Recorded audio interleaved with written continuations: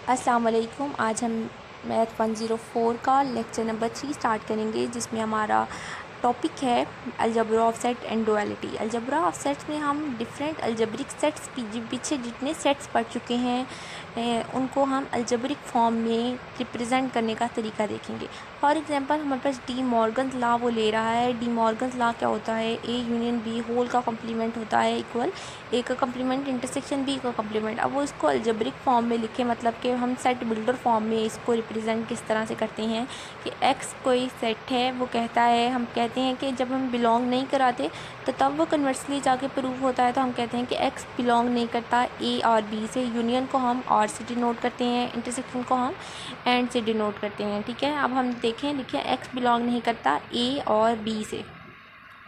ठीक है, अब हम इसकी राइट हैंड साइड जब लिखेंगे तो हम कहेंगे कि एक्स बिलोंग नहीं करता ए से और एक्स बिलोंग नहीं करता बी से। देखिए इंटरसेक्शन था तो हमने एंड लिखा, लेफ्ट हैंड साइड पे यूनियन था तो हमने और लिखा। ठीक है, इसके बाद हम इसको किस तरह से देखें, दोनों चीज़ें प्रूव हो जाएंगी कि हमने लेफ्ट हैंड साइड भी लिख ली है एक्स बिलोंग नहीं करता होल ए और बी से, और राइट हैंड साइड भी लिख लिया एक्स बिलोंग नहीं करता A complement intersection B complement से। अब हम इसको डी मॉर्गन अलजेब्रिक फॉर्म्स के अलावा हम इसको लॉजिकल लॉ से भी प्रूव कर सकते हैं। लॉजिक मतलब पी क्यू की फॉर्म में लिख सकते हैं।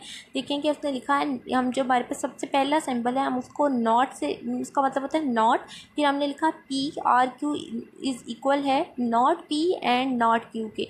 इसका मीन्स नॉट होता है वी की फॉर्म में जो सिंबल है उसको, यानी कि यूनियन को लॉजिकल लॉ में और कहते हैं, फिर इंटरसेक्शन को हम एंड कहते हैं। ठीक है, अब हम वेन डायग्राम से डिफरेंट लॉज के बारे में पढ़ेंगे कि वेन डायग्राम को में डिफरेंट लॉज को किस तरह से डिनोट करते हैं या रिप्रेजेंट करते हैं। सबसे पहले हमारे पास लॉ है आइडेम्पोटेंट लॉ। आइडेम्पोटेंट लॉ क्या होता है? जब हम ए का यूनियन इटसेल्फ से लेते हैं तो हमारे पास ए ही आएगा एग्जैक्टली, और ए का इंटरसेक्शन लें तब भी हमारे पास ए ही आएगा।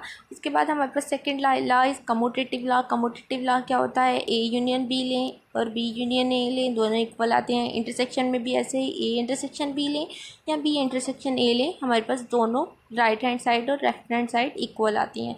इसके बाद हमारे पास third law is associative law. Associative law में क्या होता है?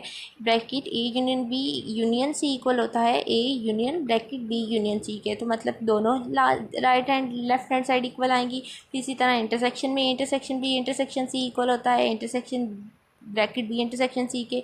सिमिलरली जो नेक्स्ट वन इज़ हमारे पास डिस्ट्रीब्यूटिव लॉ। डिस्ट्रीब्यूटिव लॉ में क्या होता है कि A union B intersection C किसके इक्वल होता है? A union B intersection A union C के।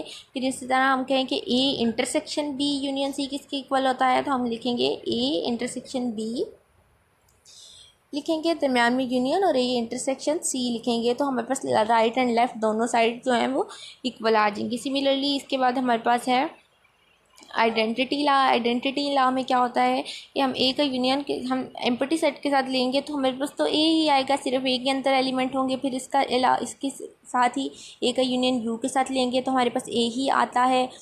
फिर हम देखें कि अगर हम ए का इंटरसेक्शन फाई के साथ ले लेंगे तो हमारे पास फाई आएगा, क्योंकि कोई भी एलिमेंट कॉमन नहीं होगा। फिर हम अगर देखें कि ए का इंटरसेक्शन अगर हम यू के साथ लेंगे तो हमारे पास ए ही आएगा। इसके बाद जो हमारा नेक्स्ट है वो है इन्वोलेशन लॉ। इन्वोलेशन लॉ में हम ए का कम्प्लीमेंट लेते हैं, ए के कम्प्लीमेंट का कम्प्लीमेंट इक्वल होता है ए के, तो हम सबसे पहले u माइनस ए का कम्प्लीमेंट लेंगे, उसका जो आंसर आएगा, फिर उसका कम्प्लीमेंट लेंगे तो हमारे पास आंसर ए ही आता है। ठीक है,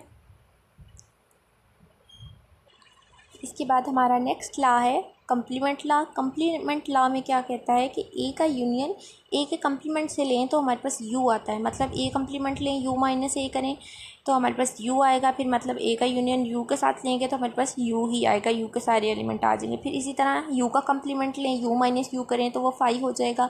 फिर इसी तरह इंटरसेक्शन में देख लें, ए इंटरसेक्शन ए कम्प्लीमेंट लें फाई आता है, फाई का कम्प्लीमेंट लें यू आता है। फिर हमारे पास नेक्स्ट है D Morgan's law. D Morgan's law क्या होता है? पहले भी हम देख चुके हैं कि A union B whole complement equal होता है A complement intersection B complement के, और A intersection B whole complement होगा तो A complement union B complement के इक्वल होगा। इसके बाद हमारा टॉपिक है ड्यूअलिटी। ड्यूअलिटी में क्या होता है?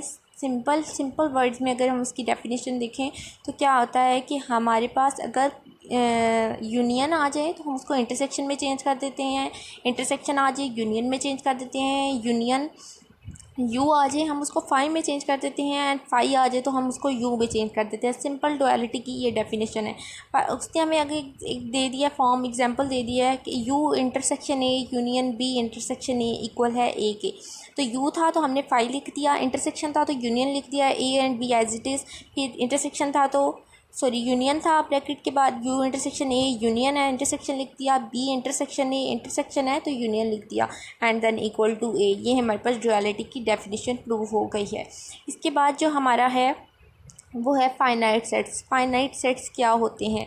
फाइनाइट सेट मतलब कि जिसके अंदर डिस्टिंक्ट एलिमेंट्स हों और फाइनाइट नंबर्स हों। सेट को फाइनाइट कहते हैं अगर उसके अंदर डिस्टिंक्ट एलिमेंट का क्या मतलब है? डिफरेंट एलिमेंट्स हों, उसको हम फाइनाइट सेट कहते हैं। उसके बाद अगर हम इसकी एग्जाम्पल मैं आपको सिंपल वर्ड्स में बता दूँ तो कहेंगे एम्प्टी सेट एक फाइनाइट सेट है। सेट ऑफ इंग्लिश अल्फ़ाबेट्स, हमें पता है उसके अंदर ए टू जी कितने एलिमेंट्स हैं, तो वो हमारे पास क्या हो गया? फाइनाइट सेट हो गया। उसके बाद हम इसका उसने हमें एक लेमा दे दिया है, लेमा वन है। सपोज करता है कि ए और बी फाइनाइट डिसजॉइंट सेट हैं। डिसजॉइंट क्या होता है? जिसके अंदर कोई भी एलिमेंट कॉमन नहीं होता। Then A union B is finite. वो कह रहा है कि फिर ए यूनियन बी फाइनाइट है। जब हम n of A union B लिखेंगे, पहले हम ए यूनियन बी लेंगे, फिर वो हमारे पास इक्वल आएगा n of A plus n of B. अगर हम ए और बी के एलिमेंट को ऐड भी कर लेंगे तब भी वो हमारे पास ए यूनियन बी के ही इक्वल आएगा, कि हमारे पास लेमा वन प्रूव हो गया है। सिमिलरली इसका वो प्रूफ बता रहा है कि हम ए यूनियन बी को पहले लेंगे, जैसे मैंने आपको बताया, फिर हम अगर एन ऑफ ए और एन ऑफ बी के एलिमेंट को भी ऐड कर लेंगे तो भी हमारे पास इक्वल आएगा। अगर हमारे पास सी भी एलिमेंट को आ जाता है और सी को हम डिसजॉइंट यूनियन ऑफ ए और बी कहेंगे तो सी हमारे पास क्या होगा? इक्वल ए यूनियन बी के होगा इक्वल। सिमिलरली उसका अगर हम इंटरसेक्शन बी लें तो वो हमारे पास ए का बी के साथ इंटरसेक्शन लें तो कोई भी एलिमेंट कॉमन नहीं होगा तो हमारे पास फाई आ जाएगा।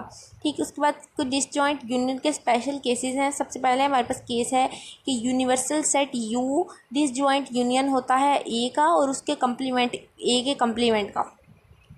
कि क्या है कि यू किसका यूनियन होता है? डिसजॉइंट यूनियन, मतलब कि कोई भी एलिमेंट कॉमन नहीं होता ए का और उसका कंप्लीमेंट ए का कंप्लीमेंट मतलब यू माइनस ए का होता है। मतलब कि एन ऑफ यू किसके इक्वल आ जाएगा?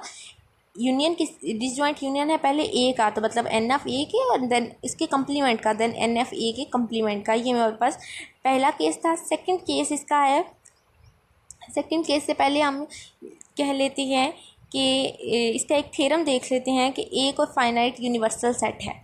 जब फाइनाइट भी है और यूनिवर्सल सेट भी है तो यूनिवर्सल सेट मतलब एन ऑफ यू होगा, तो हम कहेंगे कि एन ऑफ ए का कंप्लीमेंट किसके इक्वल होता है? N of U minus N of A के इक्वल होता है। इसके बाद हमारे पास स्पेशल केस है यूनियन के दो केसेस से, हम सेकंड केस की तरफ चलते हैं। सेकंड केस में वो क्या कह रहा है? कोई दो सेट हैं ए और बी, ए कोई डिसजॉइंट यूनियन है, किस का डिसजॉइंट यूनियन है? ए माइनस बी का और ए इंटरसेक्शन बी का डिसजॉइंट यूनियन है। मतलब आप n of A minus B जब फाइंड करेंगे तो हम लिखेंगे n of A minus N of A intersection B, तो हमारे पास सेकंड चीज़ भी, सेकंड केस भी इसका। के बाद अगर वो देख लें इसकी एग्जांपल मैं आपको सिंपल वर्ड्स में बता देती हूँ कि अगर आपके पास कोई 35 स्टूडेंट्स हैं ए क्लास में, उसके बाद आपके पास 15 स्टूडेंट्स हैं बी क्लास में, तो हम इसका फाइंड करना चाह रहे हैं n of A minus B. तो हम एन ऑफ ए क्या है हमारे पास 35, n of A intersection B ले लें, 35 और 15 का इंटरसेक्शन ले लें तो हमारे पास 15 ही आएगा। तो 5 माइनस 15 कर दें तो हमारे पास total N of A minus B कितने आ गए? 20 स्टूडेंट्स कितने हैं? 20 स्टूडेंट्स हमारे पास बाकी बचेंगे। उसके बाद हमारे पास देखें इंक्लूजन एक्सक्लूजन प्रिंसिपल क्या होता है। इंक्लूजन एक्सक्लूजन प्रिंसिपल जो है वो कहता है कि formula for n A union B even that when they are not disjoint. जब हम ए यूनियन बी लें तो कोई भी एलिमेंट जो है वो डिफरेंट नहीं होगा, तो वो डिसजॉइंट नहीं होगा, तो हम इसको इंक्लूजन एक्सक्लूजन प्रिंसिपल कहते हैं। उसके में उसने एक थ्योरम ले लिया, वो कह रहा है N of A union B जो है वो इक्वल है ए इंटरसेक्शन बी और ए यूनियन बी के किस तरह से ए और बी कोई फाइनाइट सेट हैं, ए इंटरसेक्शन बी और ए यूनियन बी कहता है दोनों फाइनाइट हैं इसमें। तो हम क्या लिखेंगे, n of A union B equal है, हम दोनों का पहले ऐड कर लेंगे दोनों के एलिमेंट्स को, एन ऑफ ए के और एन ऑफ बी के एलिमेंट्स को ऐड कर लेंगे, फिर माइनस और n of A intersection B कर लेंगे। तो हमारे पास जो इंक्लूजन एक्सक्लूजन है वो कैसे प्रूव होगा, हम लिखते हैं कि नंबर ऑफ़ एलिमेंट्स ए के और नंबर ऑफ़ एलिमेंट्स बी के दोनों को ऐड करेंगे, फिर ए और इंटरसेक्शन ए का और बी का इंटरसेक्शन भी एक साइड पे ले लेंगे। जो इंटरसेक्शन आएगा इंटरसेक्शन को ए और बी में से जो एडिशन किया होगा उसमें से माइनस कर देंगे, तो हमारे पास ए और बी फाइनाइट सेट, एक फाइनाइट सेट आएगा, वो प्रूफ हो जाएगा। अगर सी एलिमेंट 3 एलिमेंट्स आ जाएँ ए बी सी, तो हम लिखेंगे पहले तीनों एलिमेंट्स का एडिशन लेंगे, फिर हम पहले 2 एलिमेंट का इंटरसेक्शन ए इंटरसेक्शन बी, फिर सेकंड लास्ट का और थर्ड वन का ए इंटरसेक्शन बी पहले लिखा, फिर ए इंटरसेक्शन सी लिखा, फिर बी इंटरसेक्शन सी लिखा, और फिर तीनों का इंटरसेक्शन ले लेंगे। तो यहाँ पे भी हमारे पास रिजल्ट एक फाइनाइट सेट आएगा और ये भी हमें प्रूव हो जाएगा। उसके बाद हम आगे चलते हैं, हमारे पास पावर सेट क्या होता है। पावर सेट मतलब कि हम किस तरह से एक सेट को पावर सेट में लिख सकते हैं। डेफिनेशन क्या है इसकी, क्या होता है कि आपके पास अगर किसी सेट के अंदर 3 एलिमेंट्स हैं, फॉर एग्जांपल 1 2 3 3 एलिमेंट्स हैं आपके पास सेट में, तो हम इसको पावर सेट में किस तरह से लिख सकते हैं। आप सिंपल देख लें, अगर आपके पास 3 एलिमेंट है तो हम इसको पावर सेट का फॉर्मूला होता है तो 2 की पावर n, तो हमारे पास 3 एलिमेंट है, n की जगह 3 पुट करें, 2 की पावर 3 लेंगे तो 8 आएगा। मतलब हमारे सेट बनाएंगे जब हम इसका, तो हमारे पास कितने एलिमेंट्स अंदर आने चाहिए, कितने सेट्स अंदर बनने चाहिए, 8 बनने चाहिए। 1 2 3 है हमारे पास एग्जांपल, तो हम पावर सेट लिख दिए हैं। पहले हमारे पास पावर सेट 5 होता है कोई, फिर उसके बाद 1 एक साइड, 2 फिर सेकंड थर्ड, 3 जो है वो थर्ड साइड, फिर पहले 2 एलिमेंट 1 2, फिर 1 और 3, फिर 2 और 3, और फिर एक दफ़ा इसका पूरे का 1 2 3 सेट लिखेंगे जिसको हमने S लिख दिया है। उसके बाद जो है वो एम्पटी सेट जो है वो हमेशा पावर सेट से बिलोंग करता है, और 5 जो होता है वो क्या होता है, सबसेट होता है S का। तो हमारे पास यहाँ पे ये पावर सेट से हम ख़त्म करते हैं। इसके बाद हमारे पास 2 टॉपिक्स रह गए हैं, कुछ वेन डायग्राम के आर्गूमेंट्स हैं वो पढ़ेंगे। उसके बाद हमारे पास mathematical induction the most important topic है, उसको रीड आउट करेंगे। उसके लिए मैं आपको एक अलहदा वीडियो बना दूंगी जिसमें आपको मैथमेटिकल इंडक्शन की डिटेल बताऊंगी। इसके अलावा आप इस वीडियो को देखें, आपको जो पॉइंट समझ नहीं आता आप कमेंट करें, होप सो आपको समझ आ जाएगी। एंड